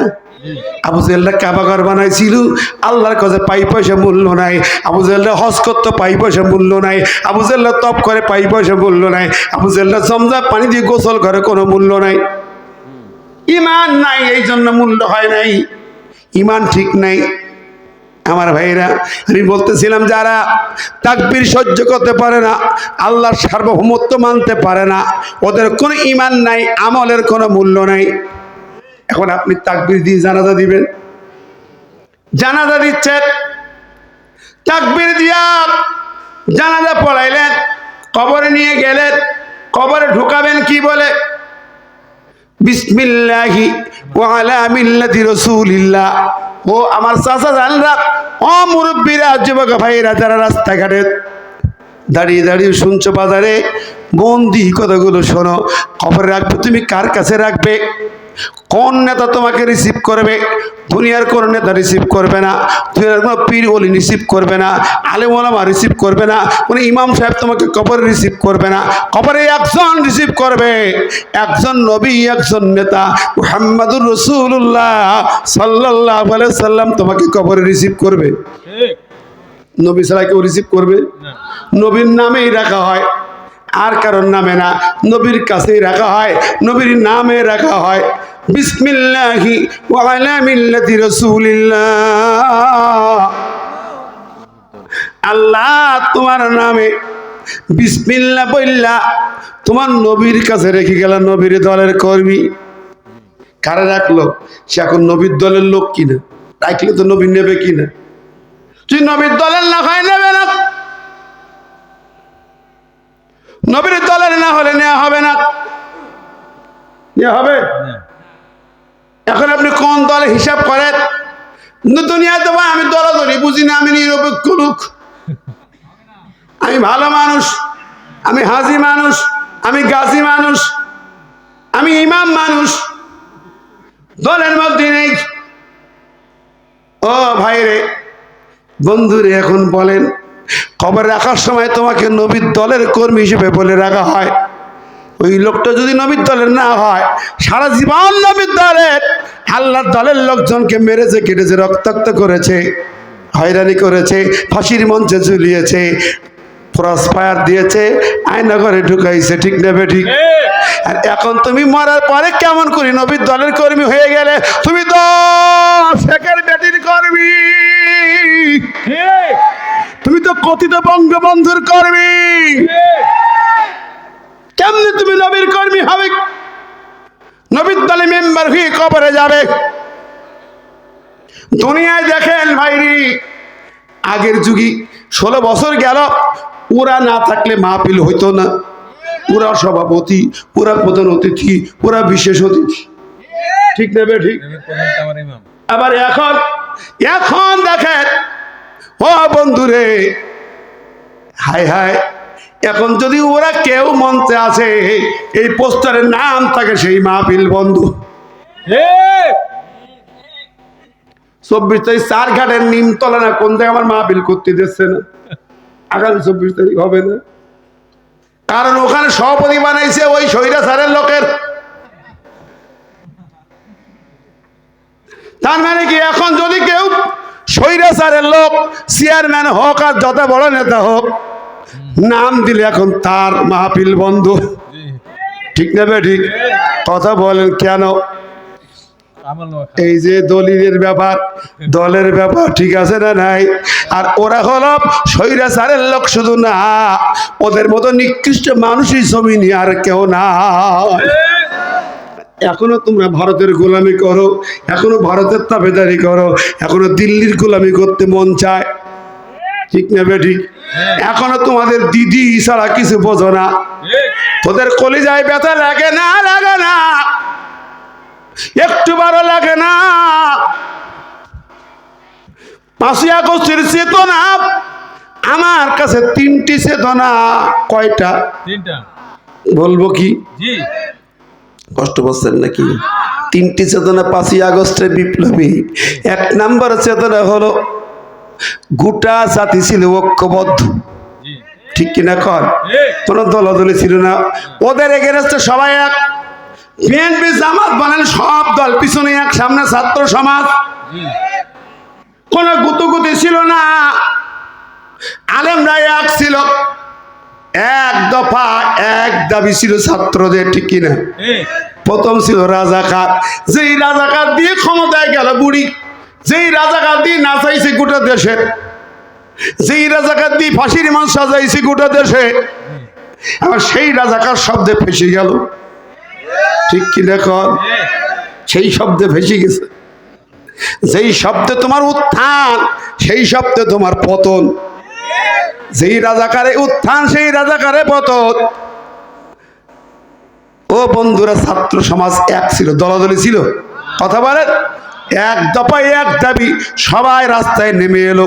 শুধু নেমে এলো না, 1 নম্বর ইউনিটি, ঐক্যবদ্ধ ছিল, ফাটল ছিল না। আজকে কেন ফাটল হচ্ছে জানি না, এখন কিন্তু গুতাগুতি শুরু হয়ে গেছে, স্বার্থ। ঠিক না ভাই? ঠিক। কি জিনিস? স্বার্থ। স্বার্থ, স্বার্থ। একটু আগে আমার আব্দুল আলিম ছোট ভাই বলতেছিল, লোকেরা গরু চুরি করি আমাদের না দৌড় দিয়েছে, কথা কয়। ওই দলের লোকেরা গরু চুরি করেছি, ওই দলের লোকেরা ঘাট ডাক মাঠ ডাক করি আমাদের দৌড় দিচ্ছে নাকি? এটাও হতে পারে। বন্ধুরা আমার, শশী বলে আগুন ধরাইছে কারা? এখনো স্বৈরাচারের লোক আছে না নাই? দোসরেরা আছে না নাই? যাক, 3টি চেতনা কয়টা বললাম? 1 নম্বর ইউনিটি। আজকে যদি দেশটা রক্ষা করতে হয়, জাতির ভাগ্য নির্ধারণ করতে হয়, ও বিএনপির ভাইরা, জামাতের ভাইরা, খেলাফত হেফাজতের ভাইরা, কোনো দ্বিধাদ্বন্দ্ব নয়, নিঃস্বার্থভাবে আল্লাহর কোরআন ধরতে হবে। আমাদের কথা হলো 16 বছর চুরিদারি হয়েছে, লুটপাট, হিসাব নিকাশ নেই, এত চুরি। আর এই দেশে চুরি হতে আমরা দেব না, দেব না, ঠিক না বে? ঠিক। রাজি আসি না নাই? চুরি করলে ধরা হবে বেদম মার, ঠিক কিনা? এখন ঘুষ চাইলে বেদম মার নাক ফাটাই দেবেন, কথা বলেন? টাকা চাইলে দাঁত ফেলে দেবেন। এই ছাত্ররা, যুবকরা, যেই বাচ্চা দাঁড়ায় আছে, এদের রক্তের বিনিময়ে বাংলাদেশের এই সুন্দর পরিবেশ, ঠিক না বে? ঠিক। আবু সাইদ বুকের তাজা রক্ত দিয়েছে। আর এখন তুমি রাস্তায় যে তুমি টাকা ইনকাম করবো অন্যায় ভাবে, ও জনগণ এক থাকবেন, মসজিদ কমিটি, বাজার কমিটি, যুব কমিটি এক হবেন। যেই ব্যক্তি গুন্ডামি করবি, যেই ব্যক্তি লুটপাট করবে, তার ধরি মাইল লাগাবেন। 1 নম্বর। 2 নম্বর হলো, কেউ বিড়ি তারি গাঁজা খাবে, তা চলবে না, হারাম। কেউ নারী নির্যাতন করে ইফটিজিং করবে, তাও করতে দেব না, যেরকম, ঠিক কিনা? এলাকার মসজিদ কমিটি হন, সবাই সোচ্চার হন, দেশ জাতিকে হেফাজত করতে হবে। 5ই আগস্টের আগে যেমন সবাই এক ছিল, আবার এক জায়গায় আসে, অন্যায় খারাপ কাজ বন্ধ করেন, ঠিক না বে? ঠিক। গাঁজাপাটি বন্ধ করেন। গেল ইউনিটি 1 নম্বর। 2 নম্বর ছিল ছাত্ররা। আল্লাহর কাছে বাচ্চারা কেঁদেছে, আমরাও কেঁদেছি। আল্লাহর সাহায্য ছাড়া এই বিপ্লব হতো না। আমি নিজে চোখে দেখেছি, ঢাকার বুকি ভাইরি, আজান হয়েছে, বাচ্চাগুলো নামাজে দাঁড়ায় গেছে আজান দিয়া। আমি দেখেছি গুলি হচ্ছে, রক্ত ঝরে, এর মাঝে কত বাচ্চা সিজদায় পড়ে আল্লাহর কাছে কান্দে, আমার চোখে দেখা। হাজার হাজার ছেলেরা নামাজ পড়েছে রাস্তায়, চোখের পানি পেরেছে রাস্তায়, গায়ের রক্ত যেমন পড়েছে, চোখের পানি তেমন পড়েছে। আমি গণভবনে 5 তারিখেও ছিলাম, ঢুকছি তো আগে। 5 মিনিট সময় পাইলে বুবু ধরা পড়ে যেত। 5 মিনিট যাক পার হয়ে গেল। দেখলাম আনন্দে কত যুবক সিজদায় পড়ে কাঁদতেছে। আহা, কত মেয়ে দেখলাম, একটা মেয়ে দেখা গেল কাঁদতেছে, কাঁদতে কাঁদতে সিজদায় পড়ছে, আনন্দের কান্না। সিজদায় পড়ে আল্লাহকে ডাকে, আল্লাহ চোখের সামনে হাজারো রক্তের বিনিময়ে বিজয়। আমি ওই দিন দেখেছি, আর কয়েকদিন তার আগেই পরে 1 মাস দেখলাম লাখ লাখ জনগণ যখন যখন অসহযোগ আন্দোলন, যখন এক ডাকে সবাই ঢাকা ঘেরাও, গণভবন ঘেরাও কর্মসূচি দেওয়া হলো, গুলি আর গুলি চলবে, 4 তারিখও চললো। এরপরও দেখি লক্ষ লক্ষ ছাত্র জনতা, তাদের মিছিল দেখে আর কান্না দেখে আমার মনে হলো শুধু ছাত্র নয়, আবাবিল পাখি হাজির। আল্লাহ সাহায্য, আবাবিল হাজির, কাতারে কাতারে ফেরেশতা হাজির, লাখ লাখ আল্লাহ ফেরেশতা ঢাকার ময়দানে, যাদের চোখ অন্তর চোখ কোণে তারা দেখতে পায় নাই। আমার উপলব্ধি হলো শুধু ছাত্র জনতা নয়, হাজার হাজার নয়, লাখ লাখ আল্লাহ ফেরেশতা মিছিলে হাজির। বুঝলি, গুলি, সেই গুলি মোকাবেলা বলে চলো, নারায়ে তাকবীর বলে কারা? বীর ছাত্র জনতার সাথে হাজার হাজার আল্লাহর ফেরেশতা। সুবহানাল্লাহ। আমার দেখা দ্বিতীয় চেতনা হচ্ছে আল্লাহর সাহায্য, ফেরেশতাদের সাহায্য। সুবহানাল্লাহ। আর জাতি ছিল, আমরা ছিলাম, আল্লাহর কাছে চোখের পানি ফেলেছি, আল্লাহ কবুল করেছেন। আল্লাহ বলেছে, যখন আমার প্রিয় বান্দারা মুক্তির জন্য জালেমদের মোকাবেলায় জিহাদের মাঠে হাজির হয়, আমি আল্লাহ আসমান থেকে নেমে আসি। ফেরেশতার দল নিয়া, ফেরেশতার বাহিনী নিয়া আমি আল্লাহ হাজির হয়ে যাই। আল্লাহু আকবার। শুধু মনে করেন না আমাদের কর্মের বিজয়, ন আল্লাহ সাহায্য ছাড়া সম্ভব হতো না। চেতনা হলো আল্লাহ সাহায্য কার? তাহলে বিজয়ের এই বাংলাদেশে অধিকারটা কার বেশি? আরো জোরে, আল্লাহর অধিকার বেশি। ঠিক কিনা? ঠিক। অতএব সে আল্লাহর একান্ত দয়ায় মদদে এই দেশ আমরা পেয়েছি, সেই আল্লাহকে ভুলে গেলে চলবে না। ঠিক না? ঠিক। আল্লাহ সার্বভৌমত্ব কায়েম করতে হবে। 3 নম্বর চেতনা হচ্ছে, আপনারা দেখেছেন, খেয়াল করে দেখেন, 5ই আগস্ট জোহরের পর মাগরিবের ভিতরে কয়েক ঘন্টা টাইম ছিল?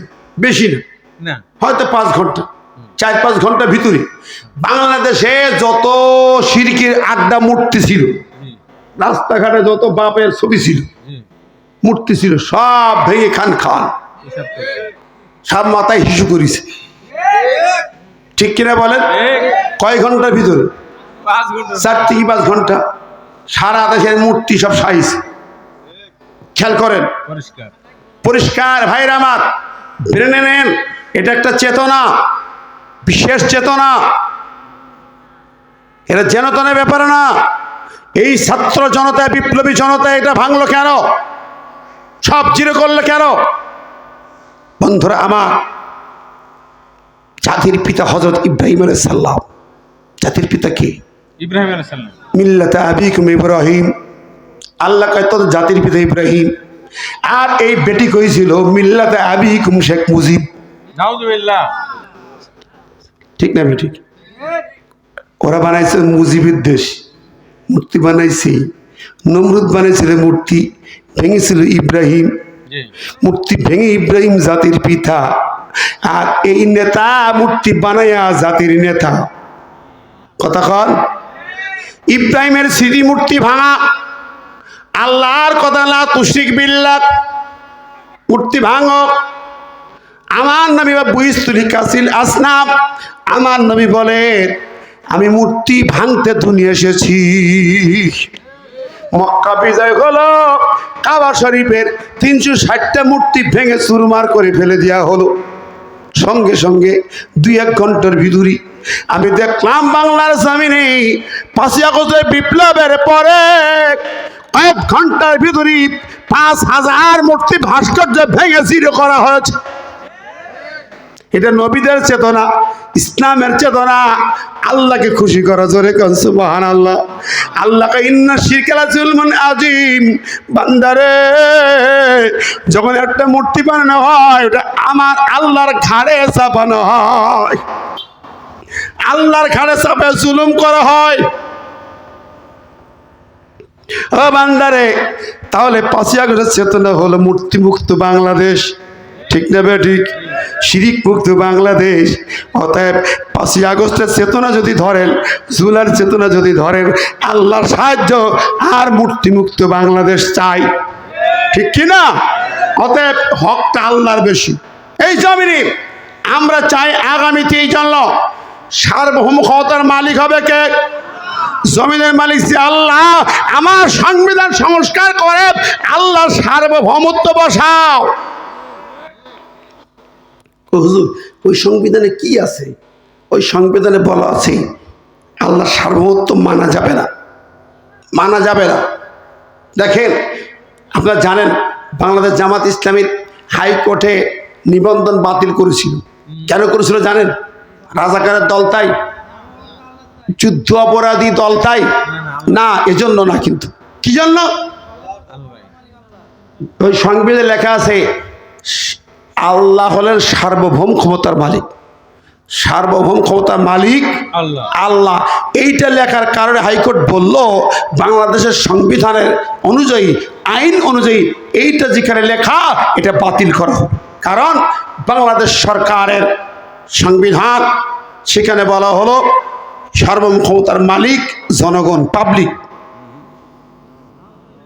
আমাদের সংবিধান এটা আছে, আমাদের সংবিধান হচ্ছে ক্ষমতার মালিক জনগণ, ক্ষমতার মালিক পাবলিক, আর আল্লাহ বলে ক্ষমতার মালিক আল্লাহ। এখন বলুন কোনটা চললে ঈমান থাকবে? আল্লাহ।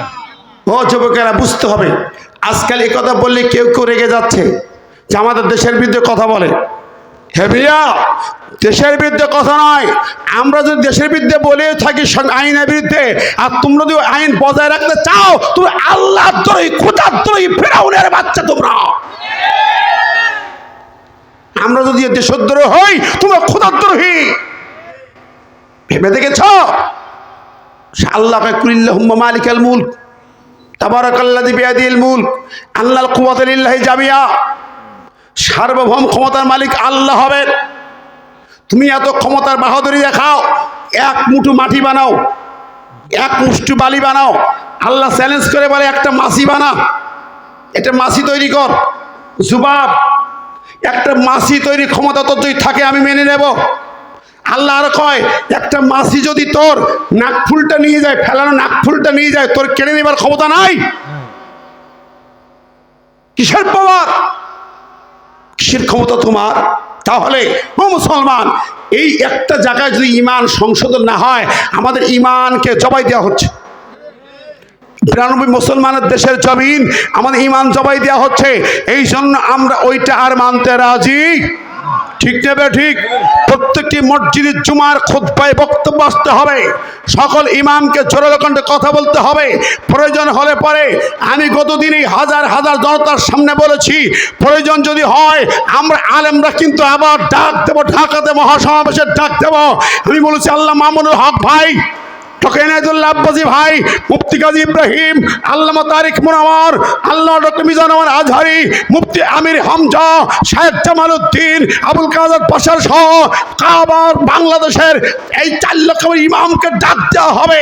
একটাই কথা হলো, বাংলাদেশের সংবিধান হবে আল্লাহর সার্বভৌমত্বের ঘোষণা দিয়ে, ঠিক না বে ঠিক? আপনারা কি রাজি আছেন? এই ডাক দিয়ে আলেমদের সঙ্গে রাজি আছেন? কারা কারা 2 হাত তুলে দেখায়।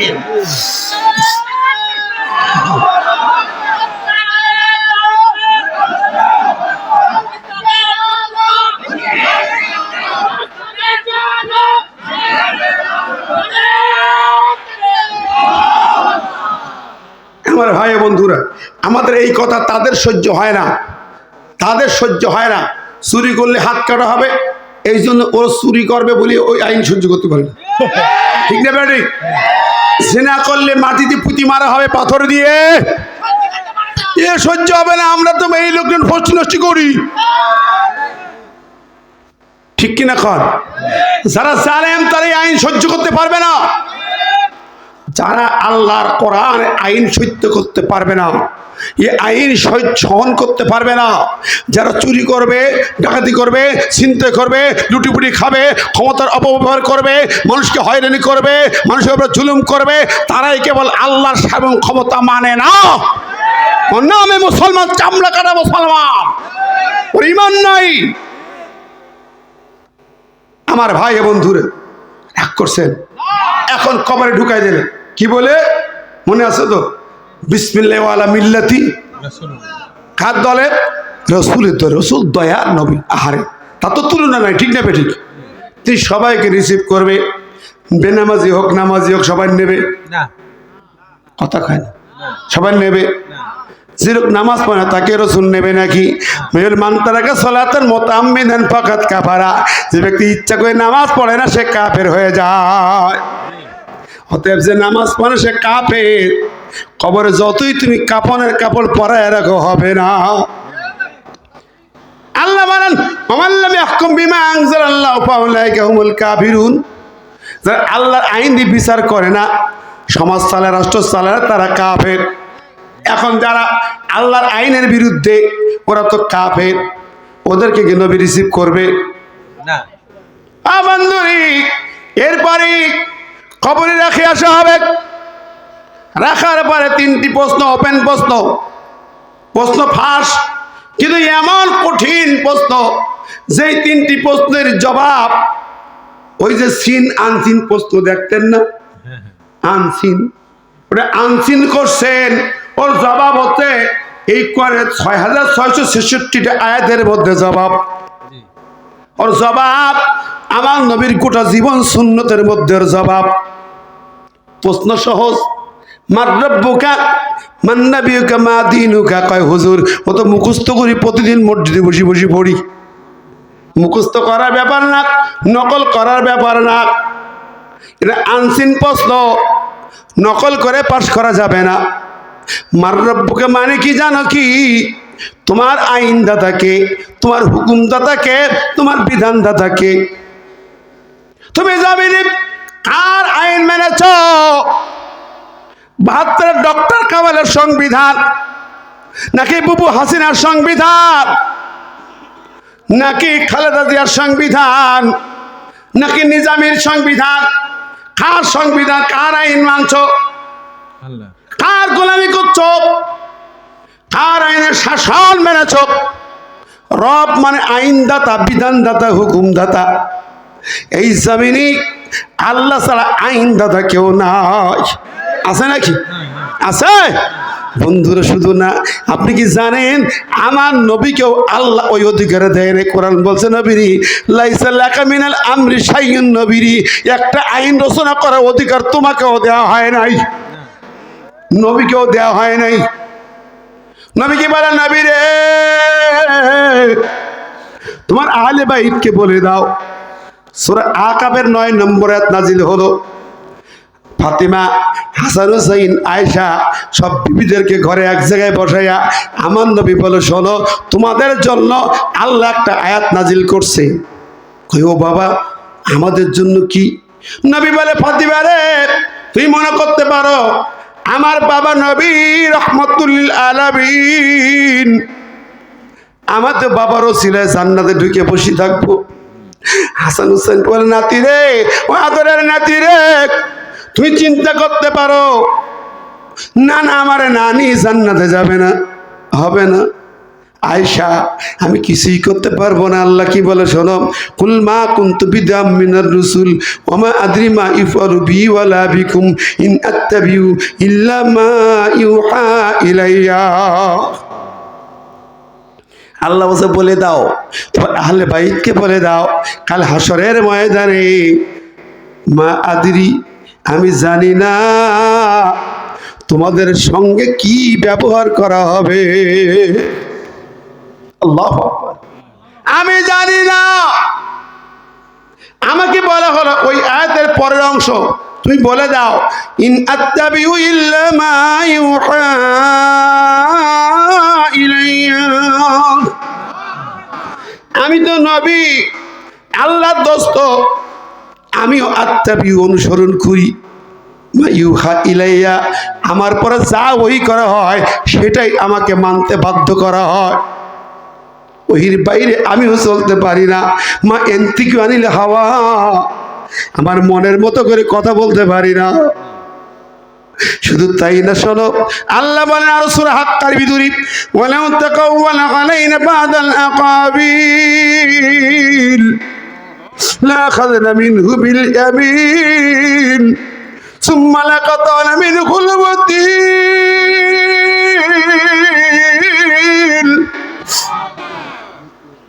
আমি আয়াতটা পড়লে আমার কলিজা কাঁপে। আল্লাহ তার হাবিব দোস্তকে বলে, দোস্ত রে, যদি তুমি ওয়ালাউ তাকাওয়ালা আলাইনা বাদাল আকাবিল, আমার আইন আমার কথার ভিতরে যদি একটি কথা তুমি ঢুকায়া দাও, নিজের একটি কথা ঢুকায়া দাও, লাখাযনা মিনহু বিল ইয়ামিন, আমি ডান হাত দিয়ে তোমাকে গ্রেফতার করব, পাকড়াও করব।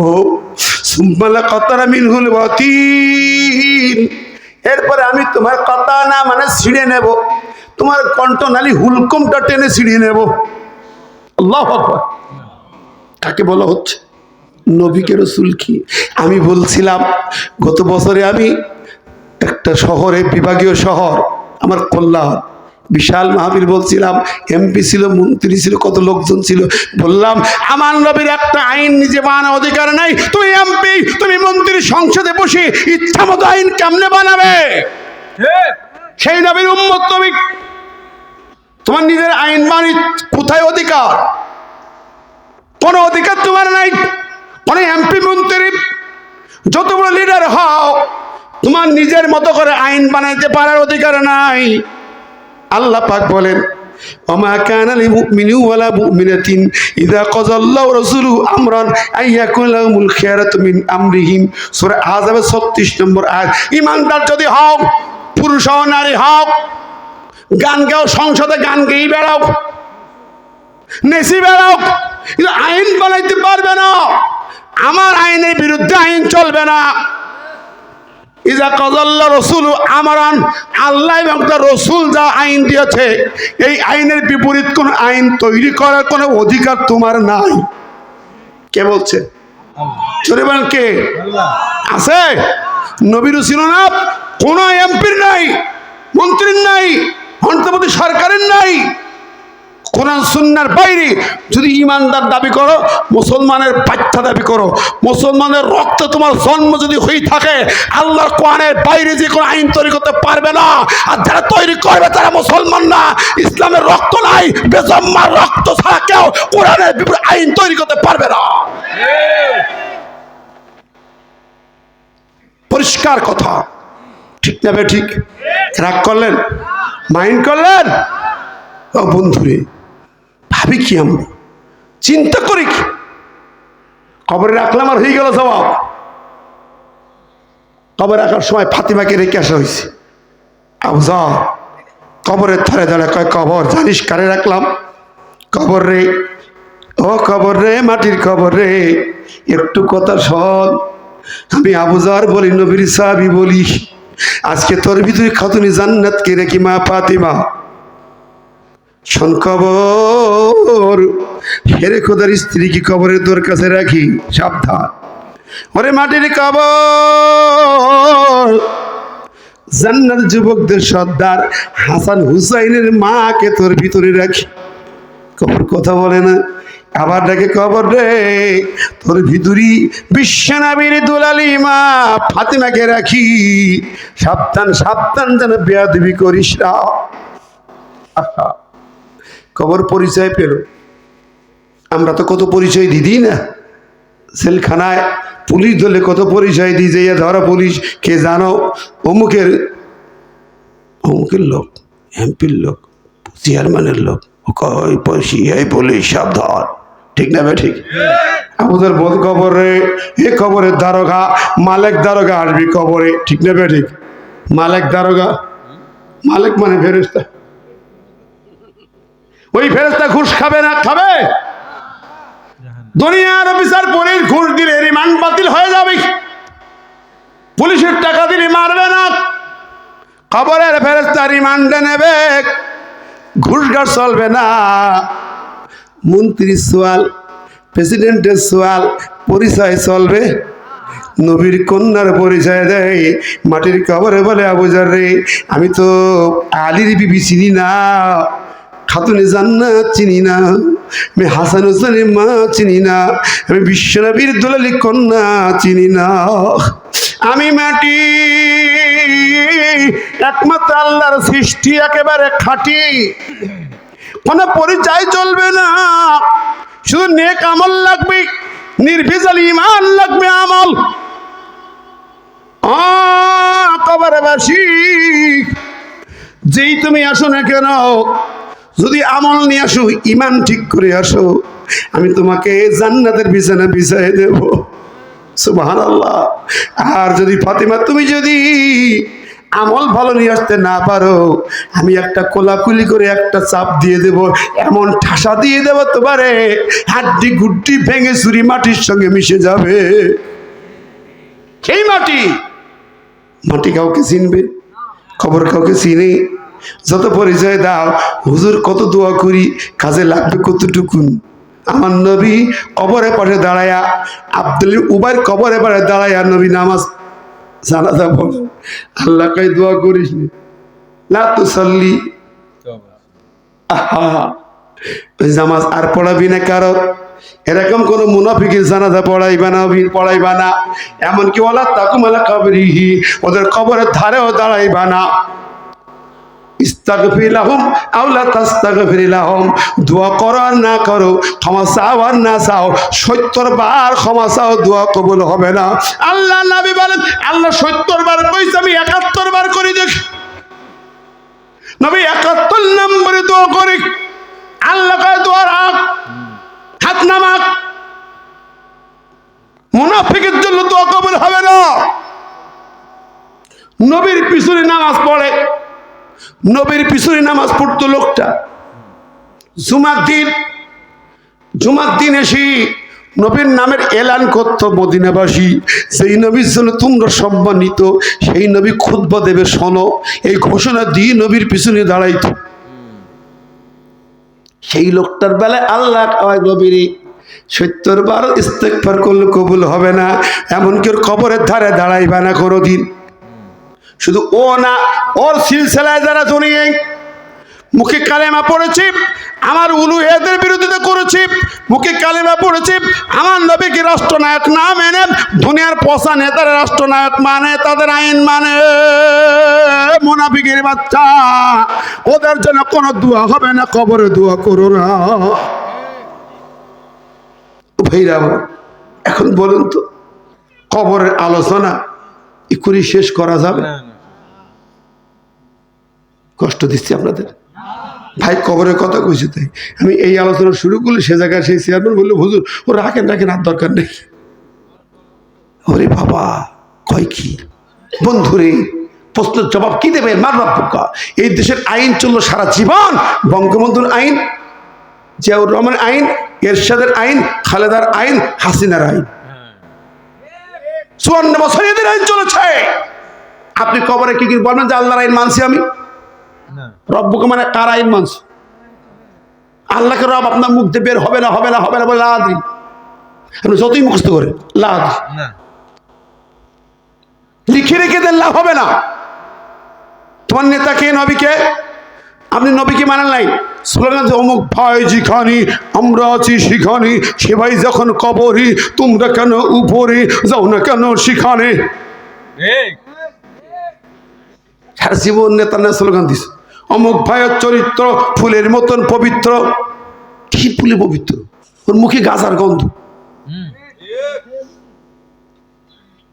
লুটপাটকারী স্লোগান ফুলের মতো পবিত্র। ওরে দুনিয়া একটা লোক ফুলের মতো পবিত্র, মুহাম্মদ রাসূলুল্লাহ। সেই নেতার নামে স্লোগান হয় না, নবীর নামে স্লোগান নেই। আরে পোষা নেতার জন্য স্লোগান কি? আর তুই যে কবরে যে আমার নবী নেতা, এত সস্তা? আল্লাহ কয়, আমার নবীর নাম কবরে বলতে হলে ফালা ওয়া রাব্বিকা লা ইউমিনুনা হাত্তা ইউহাক্কিমুকা, এই দুনিয়ায় তোমার চিফ জাস্টিস হবে তোমার নবী। তোমার জীবনের জাস্টিস, তোমার লাইফের জাস্টিস, পরিবারের আইন, সমাজের আইন, রাষ্ট্রের আইন, দলীয় নেতা, সব জায়গায় তোমার নবী হতে হবে।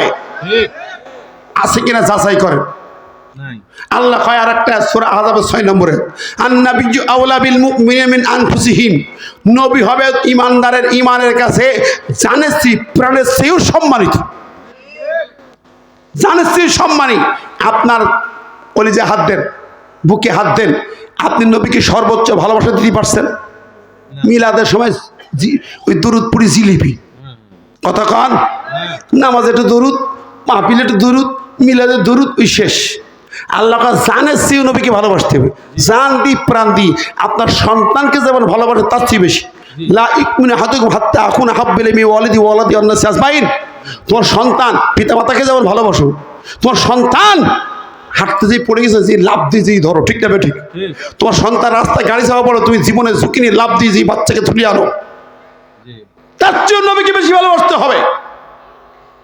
হৃদয় হাত দেন, এই ওয়াজগুলো শুনলে কাজ হবে। কবরে আপনি কি জবাব দেবেন? পারবেন না। মা দিনুকা, তোমার সংবিধান কি? দিন হলো সংবিধান। সংবিধান কি? কোন সংবিধান মানছ? সেকুলার সংবিধান আমার দেশে, কি জবাব দেবেন কবরে? বলেন। বাংলাদেশের মুসলমান যদি 92% মুসলমানের যদি 70% মুসলমান আওয়াজ তুলতো, সংবিধান হবে কোরআনের। তাহলে কি এই দেশে ওই সেকুলার সংবিধান চলবে? না। সেকুলার সংবিধান কারা? নাস্তিক, মুরতাদ, পিসাপ্রি, পায় না নাপাক, কাফের, বেঈমান, Lenin, Mao, Hegel, Karl Marx, Abraham Lincoln, Russia, China, আমেরিকার এই নেতাগুলো তৈরি করা ইসলাম, সেই আইনগুলো নিয়ে সংবিধান বানাইছে। আমার বন্ধুরা বলেন, ব্রিটিশ ল, আমেরিকার ল, দিল্লির ল দিয়ে সংবিধান বানায়। আর আমার আল্লাহ কয়, আল ইয়াউমা আকমালতু লাকুম দীনাকুম, আমি তোমাদের জন্য কমপ্লিট সংবিধান দিলাম, কোরআন। কে বলছে? আল্লাহ। জোরে কান কে? এইটা মানতে চাও না কেন? এইটা যে মানতে চায় না, কবরে ওই প্রশ্নের জবাব সে দিতে পারবে না, কোনো দিন পারবে না। সুতরাং আমার ভাই ও বন্ধুরা, আজকে আমি আপনাদের সামনে এই সংক্ষিপ্ত আলোচনায় যে কথাটি বলতে চাই, কবরের পুঁজি নিতে হলে কোরআনের ছায়াতলে আসতে হবে। আর আমার দেশের অনেক সাইড ভালো, শুধু যদি আমাদের হেডনাট সোজা করতে পারি, মাথাটা সোজা করে দিতে পারি। 300 জন এমপি সংসদে যাবে, কোরআন দিয়ে আইন পাশ করবে, অসুবিধা কোথায়? কোথায় অসুবিধা? আদালতে রায় হবে কোরআন হাদিস দিয়ে, সমস্যা কোথায়? কোনো সমস্যা নেই। হ্যাঁ, ব্রিটিশরা কেন নেব? ওরা শোষণ করেছে, চুরি করেছে। দিল্লি কেন নেব? আমেরিকা কেন নেব? আমার কোরআন সর্বাধুনিক, কোরআন শ্রেষ্ঠ বিজ্ঞান, ইয়াসিন অল কোরআন হাকিম। পৃথিবীর বিজ্ঞানীরা বলছে, there is not a single verse in the holy Quran which as a from scientific point of view, বিজ্ঞানসম্মত আইন, সবচেয়ে বেশি দামি আইন হলো কোরআনের আইন। সেটা কেন নিতে পারি না? হে মুসলমান, আপনাদের হৃদয়ের কাছে আমার আবেদন, মানুষবাসী, আপনাদের কলিজার কাছে আমার আবেদন, ইমান বাঁচা। বহু মাহফিল করেছি, বহু ওয়াজ করেছি, আপনার ইমান বাঁচাতে এই সত্য কতগুলো বলে যায়, আপনাকে রক্ষা করতে হক কথা বলে যায়। আপনার কাছে আমি আসামি হব না, কিয়ামতের মাঠে আসামি করতে পারেন। হুজুর, আপনাকে নিয়ে আসছিলাম, আপনি তো বলতে পারতেন, আমরা নয় অবুঝ, বুঝি না, বুঝাই গেলাম, বলে গেলাম। যদি আপনি মানতে পারেন আলহামদুলিল্লাহ, মানলে আলহামদুলিল্লাহ, না মানলেও আমি সুবহানাল্লাহ বলব। আপনার দায় আপনার, আপনার হিসাব আপনার, বলার দায়িত্ব আমার, মানার দায়িত্ব আপনার, ঠিক না? ঠিক। আসুন আমরা তাই সব ভেদাভেদ বলি, আমরা মুসলিম, আমার ইসলামকে বাঁচাই, আমার ইমানকে রক্ষা করি। আল্লাহ কবুল করুক, আমিন। সবাই একটু দরুদ পড়ি, আল্লাহুম্মা।